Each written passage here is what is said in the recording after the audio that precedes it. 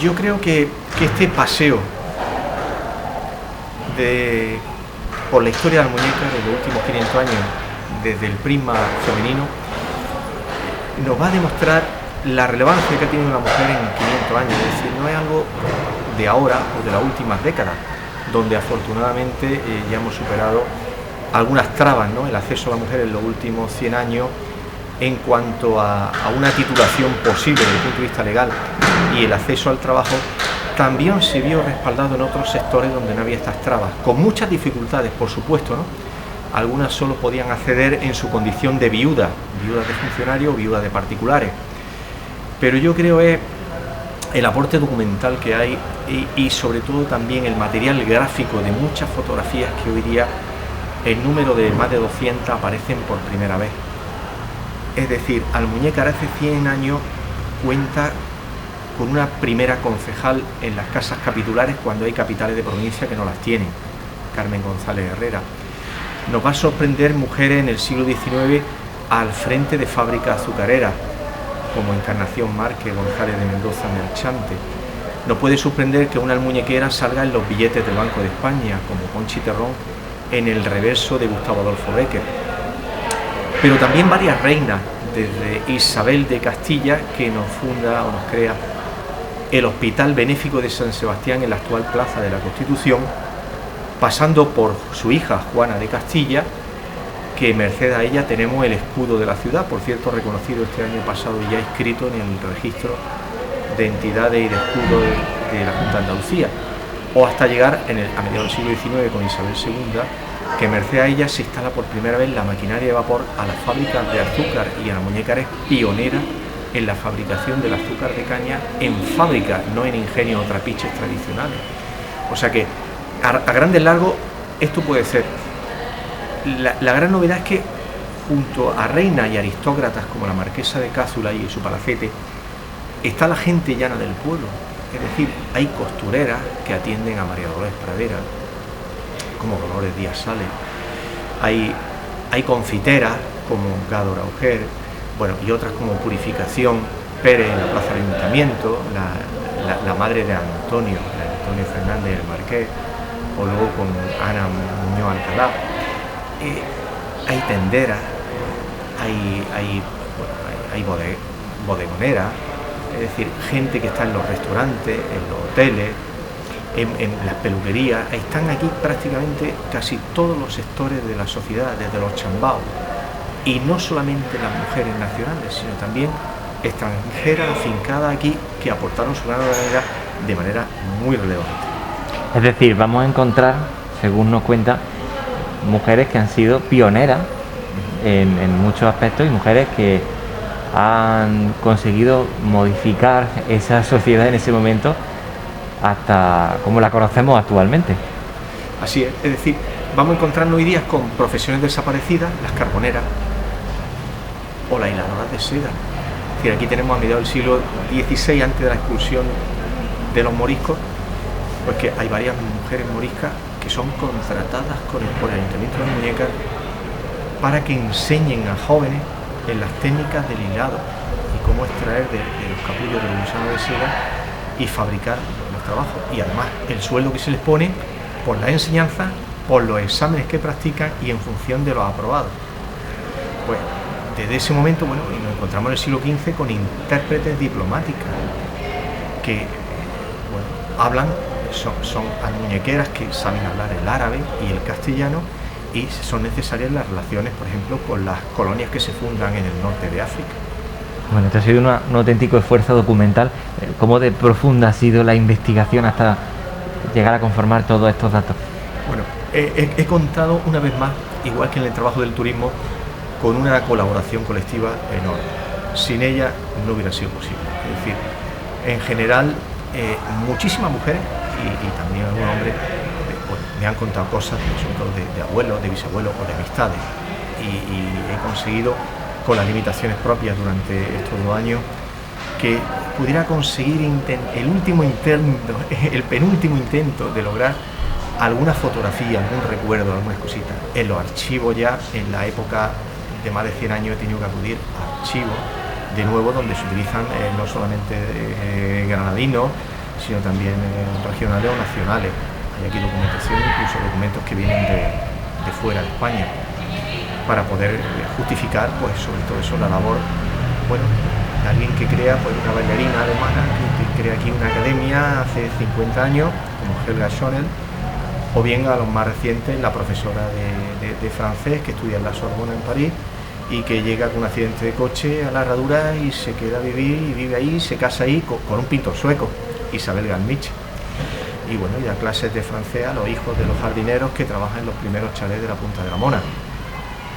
Y junto a eso, pues bueno, este escenario de aquí de la Casa de la Cultura pues me recuerda y mucho a Marion Moller, que es fundadora de las Juventudes Musicales, con casi 1000 conciertos ya a su espalda, y que crea, por ejemplo, entre otras cosas, aparte de senderismo, de charlas, de exposiciones, una mujer muy apasionada por la cultura, que trata de aprender, la verdad, de aprender de lo que aquí hay y de aportar su granito de arena. La asociación de germanoparlantes, donde ella es cofundadora, y de integrarse totalmente en el ambiente cultural, ¿no? Y bueno, eso además arranca con mujeres como Berta Wilhelmi o la familia Müller, ya aquí consolidada con los Müller, donde bueno, tenemos a pintoras que estudian en los mismos talleres donde está aprendiendo Pablo Ruiz Picasso en Málaga. Vamos a encontrar desde luego una variedad de perfiles enorme de distintos sectores, pero Nicolás, ¿hay algún personaje que le haya llamado más la atención personalmente?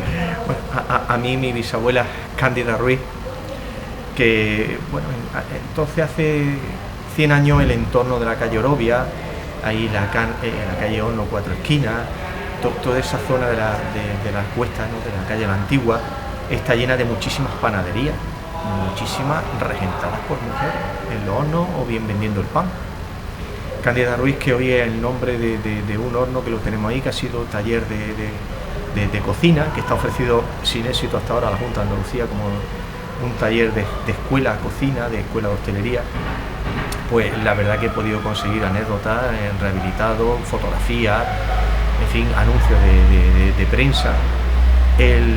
Ese papel, bueno, yo del Chambao, Teresa de Aro, una imagen preciosa en blanco y negro de cómo está limpiando y cómo sonríe, están limpiando, está preparando una ensalada o está limpiando calamares, y en aquellos chambaos, ¿no?, de caña y de todo, y de sillas de anea al principio, y que todavía hay tierra, ni siquiera, bueno, pues la tiene ahí trabajando, y mucho, a mí me ha traído mucho, bueno, o esa modelo, ¿no?, como antes he comentado, Conchi Terrón, modelo en la Escuela de Bellas Artes de San Fernando de Madrid, donde la selecciona, bueno, ni más ni menos que al principio de esa no cobra nada por ser modelo, y que la Fábrica Nacional de Moneda y Timbre, la Real Casa de Moneda, pues la elige como modelo y aparece en el reverso junto a Gustavo Adolfo Becker, ¿no?, en un billete. Eso es conocido por la gente mayor, pero están al frente empresarias de los balnearios, del siglo XIX que había en la Puerta del Mar, empresarias de destilerías que estaban en la propia plazuela, ¿no?, plazoleta de la Rosa, que nadie recuerda que ahí hubiera, pero hay muchísimas mujeres al frente de tiendas, de las cofradías, sean de pescadores o de las cofradías de hermandades religiosas, o sitios muy típicos como el Choco con María Angustia y Maruja, que eso vienen personajes como Pedro Ruiz, como Pedro por su casa, en Televisión Española, que se recogen imágenes ahí, bueno, con anécdotas, con muchísimas cosas y fotos de antaño que cualquiera que tenga 20 o 30 años la recuerda, porque lo bueno, esto llega y vienen por aquí las mujeres que han estado al frente, por ejemplo, de la bodega Francisco, de las mercerías, de las perfumerías de antaño, de la administración de telefonistas, telegrafistas, la primera emisora de radio, La Voz del Mar, en fin, de la administración de lotería, en la misma plaza también de la Rosa. Me doy cuenta que no solamente va a volar la imaginación para poder precisamente imaginar, ¿no?, cómo eran en esos momentos esas mujeres, pero es que también está plagado de imágenes, plagado de gráficos, el libro por el que podremos ver las protagonistas, partiendo desde la propia portada del mismo. La propia portada pues es una imagen parcial de octubre del año 1929, son anónimas. De hecho, está quitada, está suprimida parcialmente la concejala de Abastos que inaugura Carmen González, que inaugura. Mayor protagonismo pues casi imposible con aquella ropa de los años 20, ¿no? Que recuerda, hay un capítulo dedicado también al charleston y todo, ¿no? Y Carmen González, que además es empresaria y promociona y vende como hemos comentado antes, los chocolates San Luis de Motril, que ella es empresaria, porque aquí para vender chocolate hay que ser agente, sean de empleo o sean los de San Luis. Y esta señora que vive, bueno, en una casa hoy día con mucha solera, que es un mesón La Parra, aquí detrás, ¿no? Esa era la casa de ella. Y yo creo que es una muñeca que al propio tiempo se ve la evolución de cómo la mujer que está al frente de un pequeño bar, ¿no? Que es viuda de una bodega, pues pasa a ser empresaria de otras cosas. Es la propia evolución de la muñeca y la herradura, ¿no? De las policías municipales, las agentes de tráfico, que Almuñécar junto con Córdoba y Madrid son pioneras hace 50 años, ¿no? Con la alcaldía José Antonio Augusto Fernández. Es decir, que es la propia evolución de la ciudad, las mujeres que están al frente de los hoteles, o las maestras que dejan de dar clases en aulas perdidas individuales, en la Plaza de los Magnolios, etcétera. Es la historia de cómo se crea un primer instituto en la antigua Sexy, o en los años 60, o como en la década siguiente se crea el primer colegio multidisciplinar con las aulas, que hasta entonces estaban repartidas las aulas, si se pueden llamar de alguna manera, eran poco menos que cocheras, antihigiénicas, con unas humedades enormes, ¿no? Entonces las maestras tienen un papel protagonismo, no solamente que sufren hace 200 años expedientes de depuración absolutistas con Fernando VII, a las cuales se les obliga, bueno, a que los maridos, los familiares, testigos, demuestren que no están implicadas con las ideas liberales para poder seguir dedicándose a la docencia. Pues precisamente mi siguiente pregunta va en esa idea de la evolución, porque sí, me gustaría saber en qué momento, en qué época se fue abriendo el abanico de los derechos y los privilegios de las mujeres hasta tener, pues, esa misma situación que los hombres. La verdad que en el siglo XVIII y buena parte del XIX siguen sufriendo muchísimo.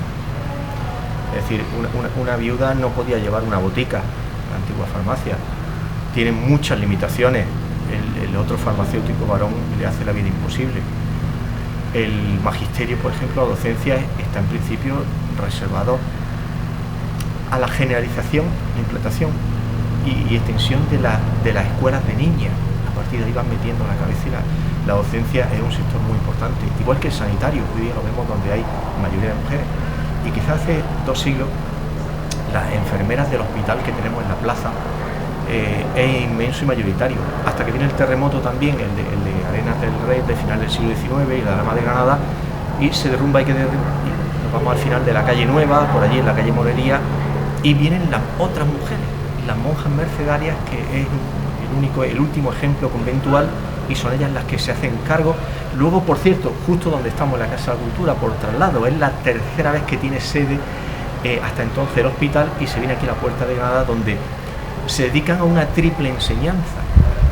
Junto al hospital, ellas colaboran en funciones de sanitaria, la docencia.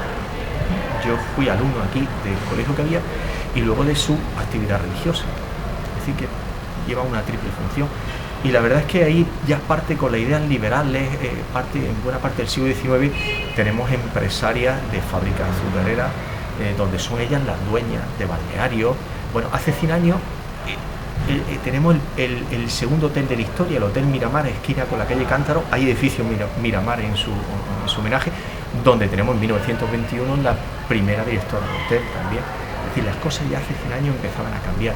El problema es que la titulación, las profesiones que exigen titulación, ahí sí encontramos grandes limitaciones. Y por ejemplo, aunque aquí tenemos mujeres telegrafistas a nivel nacional, tenemos a Clara Campoamor, que también telegrafista, y son las que empiezan en los años 20 del siglo pasado. Las concejalías y las tenientes de alcalde y la alcaldesa empiezan en los años 20 del siglo pasado, afortunadamente pues, por ahí.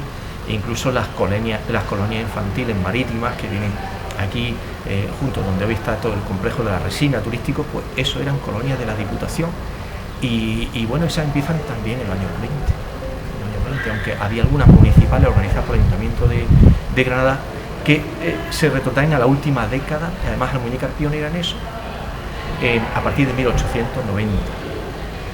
Ahí hay un cambio muy grande. Bueno, son un gran número de obras las que ya ha publicado Nicolás. Supongo que empiezan, podríamos decir, a retroalimentarse sus publicaciones y a encontrarse unos puntos en común con otras en su obra. Aquí regresan nuevamente algunos personajes femeninos ilustrados con la época de la ilustración de mi primer trabajo, La muñeca ilustrada, 1752-1808, la época del político y liberal reformista Manuel de Seijas Lozano, pues regresa y tiene aquí otro pequeño guiño. El último trabajo de las teorías del turismo también deja aquí su huella. No obstante, el material en cada trabajo intento que sea en un 90%, sea primicia, novedad total, pero no se puede olvidar efectivamente que hay un 10% que se retroalimenta efectivamente. ¿Qué le ha aportado este último libro, esta última entrega? A mí me encanta aprender. Yo si no aprendo algo nuevo me aburro, entonces no lo escribo. A mí personalmente he tenido a 3-4 personas a las cuales le agradezco bastante su aportación, y es decir, ¿tú has pensado en esto? ¿Tú has pensado que? Por ejemplo, Olga Ruano, la que fue concejal, añorada, alguien tendrá que hacerle un homenaje en su día como se merece. Decía, bueno, ¿te has fijado que la herradura es pionera de una entrada de muchas cosas?